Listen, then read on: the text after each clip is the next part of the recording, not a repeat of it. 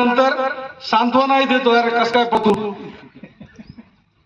नाही काही काळजी करू नको तू. त्या शेतकऱ्याच्या चेहऱ्यावर एकच प्रश्न असतो, मला कोणी ढकलले हे सांगा, बाकीचं नंतर बोला. बरोबर आहे काका, अशीच परिस्थिती आहे ना. पण नक्कीच मध्ये मोठं मन किंवा दानत असलेली एकच जमात आहे, निदान भारतामध्ये तरी, ती आहे शेतकरी.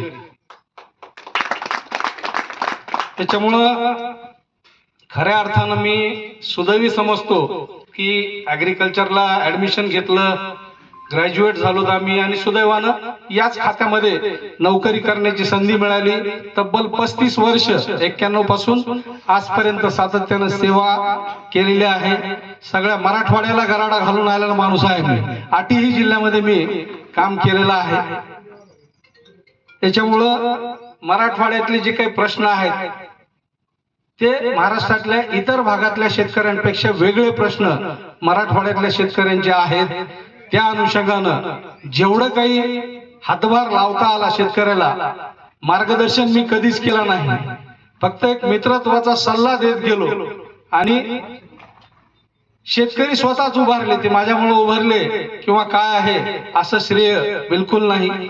त्याचा प्रयत्न होता, त्याला योग्य मार्ग दाखवणे, सल्ला देणे आणि सातत्यानं त्याचं बोट धरून ठेवणे. आमच्याकडे काय झाले, प्रशासनामध्ये गप्प बसलेला एखादा शेतकरी आहे, त्याला जाऊन गुळवे साहेब सांगते, त्याचा हात धरते, उठ म्हणते त्याला, ट्रॅक्टर घे. बरोबर आहे, त्याला सांगतात शेडनेट घे, आणि थोडं दूर अंतरावर गेलं, त्याचं शेडनेट कंप्लीट व्हायच्या आतच त्याचं बोट सोडून देतात. म्हणजे पाय पक्के व्हायच्या आधीच. बरं बसलेला होता ना सर निवांत, ते काय तुमच्याकडे आला नव्हता, मला हे द्या ते द्या ते द्या म्हणून. आम्हीच जातो, कारण आम्हाला लक्षांक असतं, शासनाच्या वेगवेगळ्या योजनांचा भार असतो, काम झालं पाहिजे अशी शासनाची इच्छा असते. गुळवे साहेबांनी सांगितलं किंवा इतर जिल्ह्यांच्या तुलनेमध्ये आपला जिल्हा पुढे असावा असा नेहमी त्यांचा कटाक्ष असतो. गणेशराव मागच्या 3 वर्षामध्ये इतर जिल्हे तर सोडा, पण 6 जिल्ह्यांचं अख्खं नागपूर डिव्हिजन आणि 5 जिल्ह्यांचं अमरावती डिव्हिजन, 11 जिल्ह्यामध्ये जेवढं भौतिक आणि आर्थिक लक्षांक पूर्ती झालेली आहे त्याच्यापेक्षा 1.5 पट लक्षांक पूर्ती आपल्या संभाजीनगर मध्ये झालेली आहे. काहीच नाही, वेळ असतो लोकांना, चांगल्या योजना, चांगलं तंत्रज्ञान. आणि मी परत एकदा, योजना देत असताना त्या योजनेमागचं तंत्रज्ञान काय आहे हे मी जास्त महत्वाचं समजतो. ते तंत्रज्ञान योग्य प्रकारे ते गेलं पाहिजे शेतकऱ्यांपर्यंत. साधं उदाहरण देतो, ठिबक. मला माहिती आहे, आम्ही नोकरीत सुरुवातीच्या पिरियड मध्ये लोक ठिबक करा म्हटले की शेतकऱ्याचं पहिलं उत्तर असायचं, साहेब आपल्याकडे पाणी भरपूर आहे.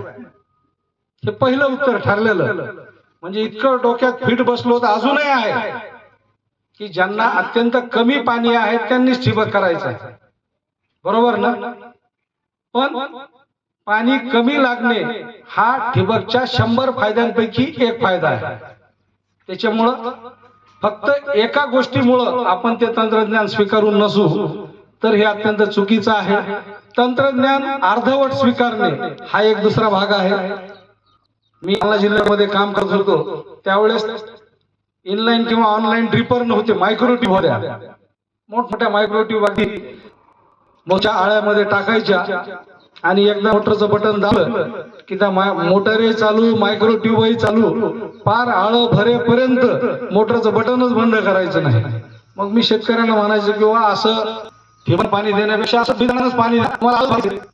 मग आम्ही मायक्रो आणि ऑनलाईनवर आणलं. असे